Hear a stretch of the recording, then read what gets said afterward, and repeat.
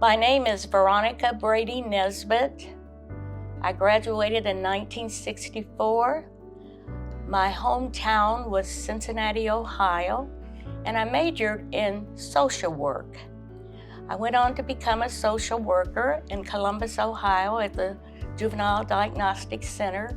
And while there, I decided I wanted to change careers, and I went to Ohio State University to receive my certificate and teach special education.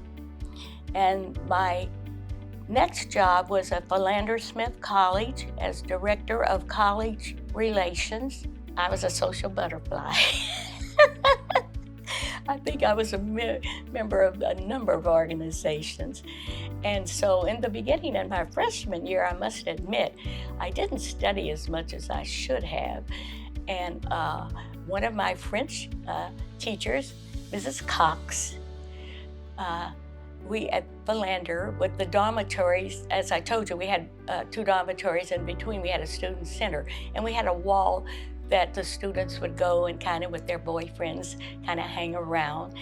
And so one day my French teacher passed by and she saw me on the wall with my boyfriend.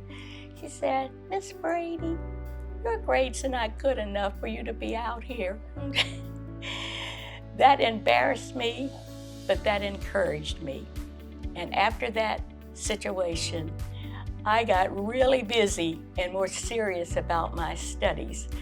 And Philander, it's the teachers, the professors, they were so concerned about our education. You know, they would get into your business, and we can see now that helped us, that guided us, that gave me the values that I have today. Philander is responsible for that. As a student at Philander Smith, I experienced for the first time signs that said for white only and for colored only. In my experience in going downtown and shopping at stores where we purchased our supplies, cosmetic supplies, but we could not get a drink of water or eat a hamburger. And so that injustice just burned inside of me. And I, along with the other students at Philander, decided that we were going to have sit-in demonstrations at the lunch counters that discriminated against us.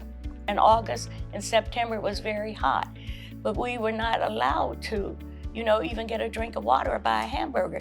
And I said, there's no way I'm going to purchase stockings and lipstick and cosmetics and not be able to get some of the benefits of the lunch counter. And as I said, I went on to teach special education, and I found injustice there. Those children were being discriminated against.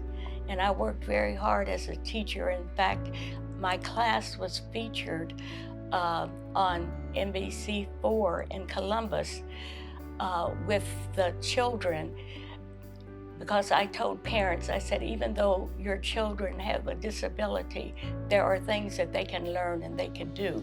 And at that time, the state did not provide a facility for those students. It was very difficult for special education. Students were discriminated against, they were teased. And so we worked with parents and we worked with the city of Columbus to help educate them about these students and how they deserved to be treated fairly. And so that's one of the things that I did. And I would meet with the parents in their homes. I'd bring the children out in public to different events so that they could be accepted and they could see. Because if you can't see how other children are performing and you have a special need and you just put them all together, they're not going to ever be able to see how they can do things and be better. I'm involved in a lot of initiatives with my sorority, with my top ladies group, with the United Negro College Fund.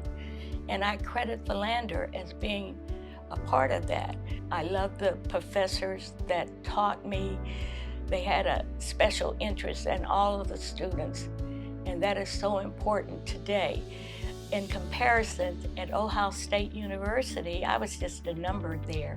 It was a different kind of experience. I did do well there, but it was not like my experience at Philander College. And I love them for that, because they polished me into the jewel that I am today.